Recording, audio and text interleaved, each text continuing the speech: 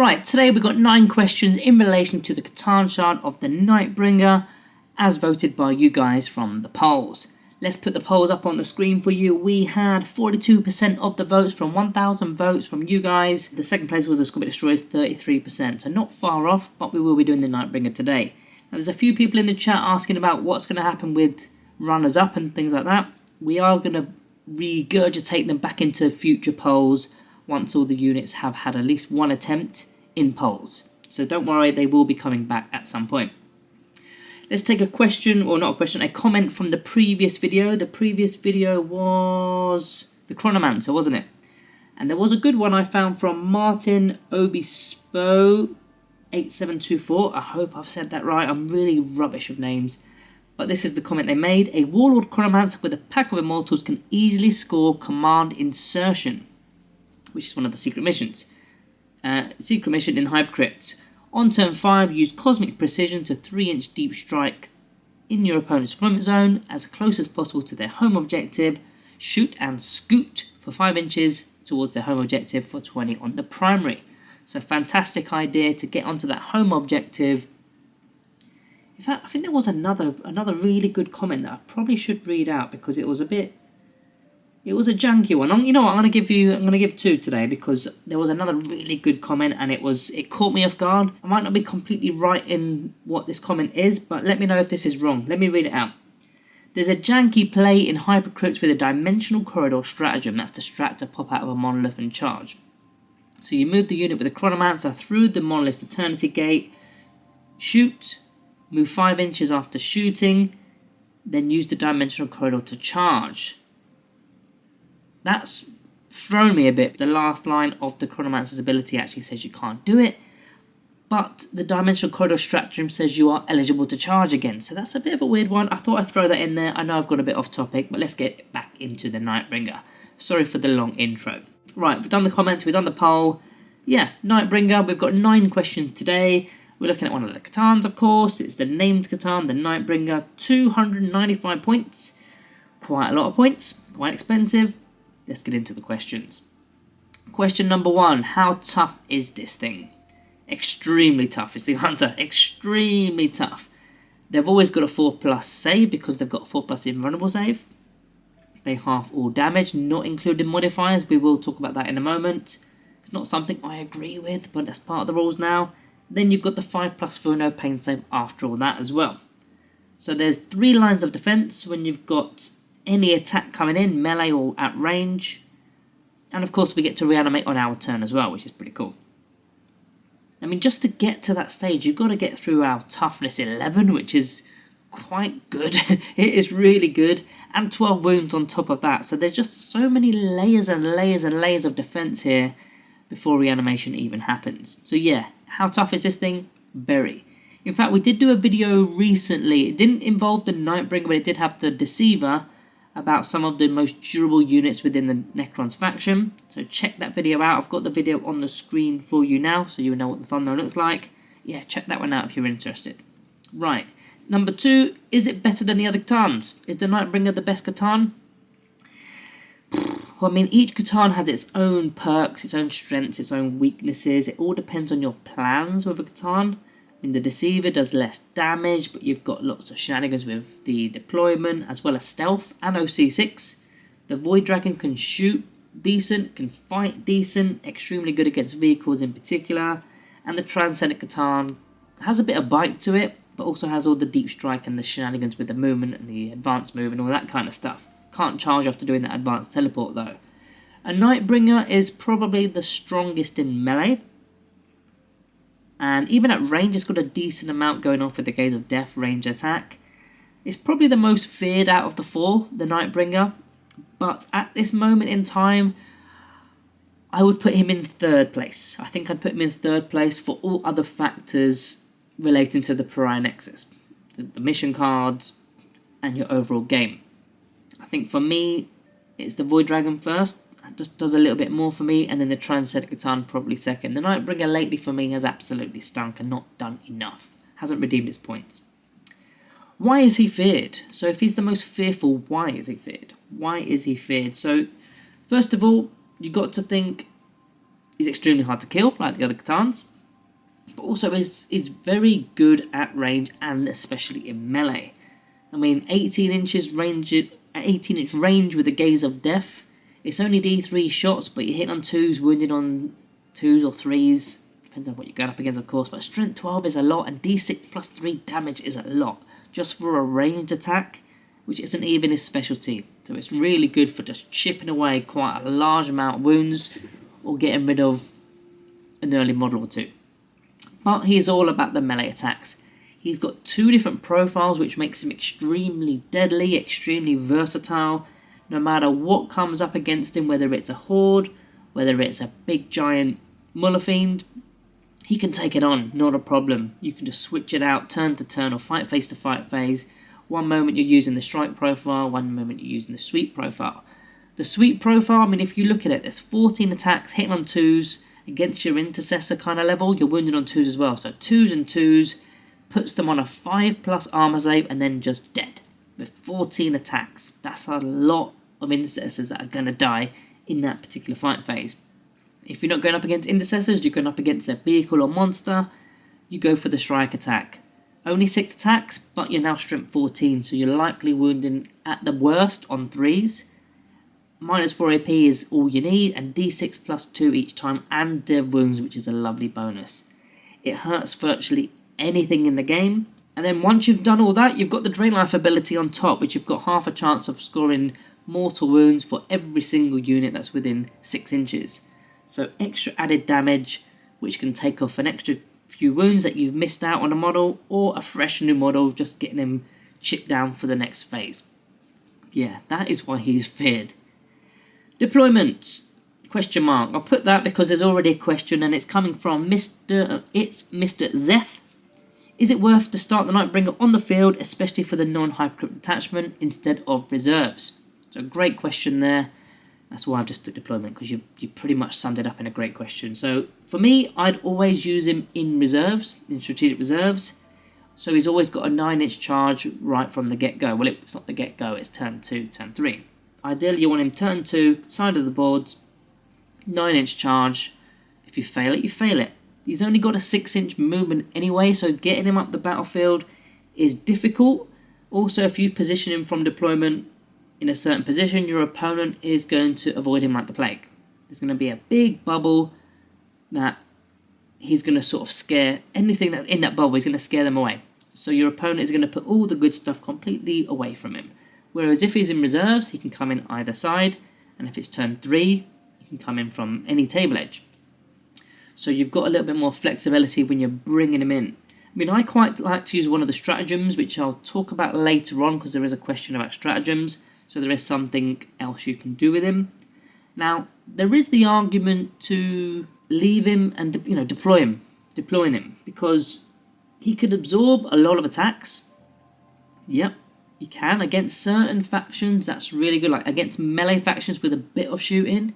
He can absorb the shooting, and then he's not going to die. He gets reanimated, and then he's back up and running.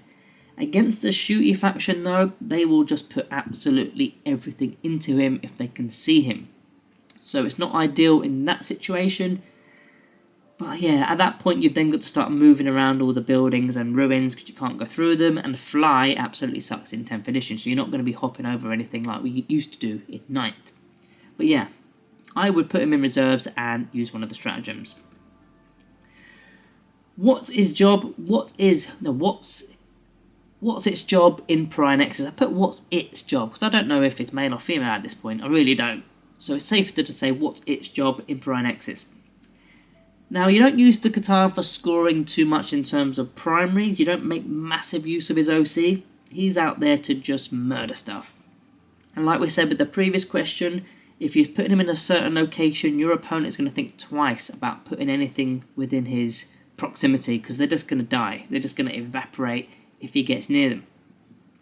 So basically, he's got a threat bubble which your opponent isn't going to want to wander into. So you can kind of take advantage of this, especially in the No Man's Land. If you did deploy him and put him in the centre, there's a large threat range there with a move and a charge move and the Gaze of Death as well with the 18-inch range. Now with the secondary deck from the Pariah Nexus missions or secondary missions, You don't want to be wasting a Nightbringer doing actions. You're not going to be doing recover assets and sabotage and establish locust. That's not his game. Don't waste 295 points doing actions. No, big waste. What you need to be looking at is the killing secondaries or secondaries that relate to pushing units away from locations. So the killing ones, you've got no prisoners, bring it down, assassination, marked for death, and overwhelming force. And the ones where you've got to push enemy units away, you're looking at storm hostile objective or area denial. So we can be scoring those kind of secondaries. Yes, his OC will count towards primaries, don't get me wrong. But the likelihood is he's just absolutely slicing up whatever is there. Maybe he pips you some points on the primaries because he's still in the location. Don't get me wrong, he will do that time to time. But really he's there for murdering things. So what's his weakness? What's the weakness of a Catan? First, I sort of jump towards 1 damage weapons, but 1 damage weapons tend to have a very low strength. And low strength means, going up against toughness 11, you're going to need probably 6s to wound. 6s to wound isn't ideal unless you've got an absolute bucket load of shots or an absolute load of rerolls. A lot of factions get a load of rerolls nowadays, so maybe that can. But a lot of the time they don't have all these rerolls to hand. The real weakness though is the modified damage weapons. So I'll put on the screen an eradicator here with the melter keyword attached to his melters. The reason why these are the weakness to a Catan is you do the damage first. So let's say it's d6 plus 2 melter range. You do the d6, you halve the d6. So let's say you roll a 3, or let's make it easy. You roll a 4, you halve it to a 2. You then add the modifier on after the halving, which I don't agree with. I said it earlier. I think you should just get it all as a lump sum, d6 plus 2, then half that, but that's not what it is at the moment. You put the modifiers on afterwards, so that means, what is that? So if you're halving, that would be a minimum of 3 damage, because you can only halve to 1, and then if you add 2 on, that would be 3, and then a maximum of 5, because you can get if you roll a 6, that will become a 3, and then you add the 2, 5. Yeah, maths going off. But yeah, between 3 and 5 damage is going to be going off against a single melter. That is a single melter that goes through to hit, to wound, and so on. Now, of course, there will be feel no pain saves on that, on each one of those damage rolls, or damage points. But imagine going up against a whole unit of these, or even a couple of units of eradicators, and they're re-rolling all the hit rolls, all the wound rolls, all the damage rolls against monsters. So they are one of many options with the melters, so they would be classed as a weakness for me. Does detachment matter with a Catan shard of the Nightbringer? Not really. Not really. I mean, none of the detachments interact with a Nightbringer because of his lack of keywords. He's not Canoptic, he's not Cryptek, he's not an Overlord, he's not a Destroyer Cult. He's not got the Lich Guard with the Triac keyword, so he doesn't interact really with anything. And even with the Hypercrypt Legion, you don't need a keyword, but you can't use Cosmic Precision on monsters nowadays. So we can use the normal Hyperphase rule. Yeah, that's probably the only one that can semi-work with a Catan. But then you've got to look at further things. You can't take any enhancements, even though he's he's an epic hero, so he couldn't anyway. But even the Transcendent Catan can't take enhancements. And even all the stratagems that are related to any of the detachments don't really work on Catan. There's a few that do, like the Protocol of Sudden Storm and so on, but most of them don't actually relate to any Catans. So that brings me on to the next question. So stratagems kind of suck for a Nightbringer? Mainly yes. Again, keywords are lacking there, but there are a couple of core stratagems that will work well. We did mention one earlier on, and here it is, Rapid Ingress. Rapid Ingress, if you are using him in Strategic Reserves, which is what I would do, I would also use Rapid Ingress. Bring him in. Yes, he's going to probably have to take a bit of firepower coming his way. He's not going to get charged, that's for sure. But once you've done that, you're 9 inches away at that point, but then your movement phase comes around, you're moving 6 inches, you've only got a 3 inch charge. Well, it's a 2 inch charge, because you need an inch to get within engagement range. So you've got a nice easy charge with Rapid Ingress for 1 CP. That's what I would do from the core rules. The other one is Epic Challenge. Epic Challenge, he's a character, so he can use character versus character for assassination. I mean, we know how strong Wraiths are when they're being led by a Technomancer, because they get the Feel No Pain save, but if you're able to kill like a Technomancer with a Nightbringer, and then remove the Feel No Pain save from the Wraiths, that's really valuable, especially early game. So we can also do it too against enemy leaders, whether it's war bosses, mech boys, I'm thinking orcs now, so I played them recently. But your standard apothecaries, captains and so on, get rid of them first, remove all the buffs, and then, yeah, deal with the rest later. And then one more from the core rules is Heroic Intervention, which gets forgotten about quite often. They did change this since 9th edition, so there's a bit of confusion with how it works. You do it in the charge phase, your opponent's charge phase, and they've got to be within 6 inches. If you're within 6 inches, any unit can do this, by the way. You roll as if you're rolling to charge, so you roll 2 dice, and if you get, well, 5 inches, because 1 inch for the engagement range, you're in.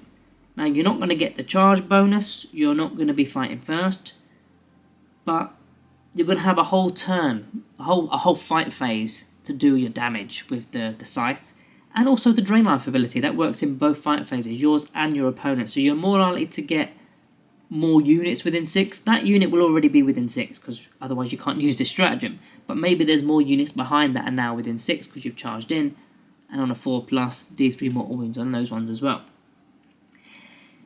And then we're on to our last question. Is there any Codex Synergy? There's a couple of units that I would like to pinpoint out. There's probably more, but for the sake of this video, we've got the Reanimator.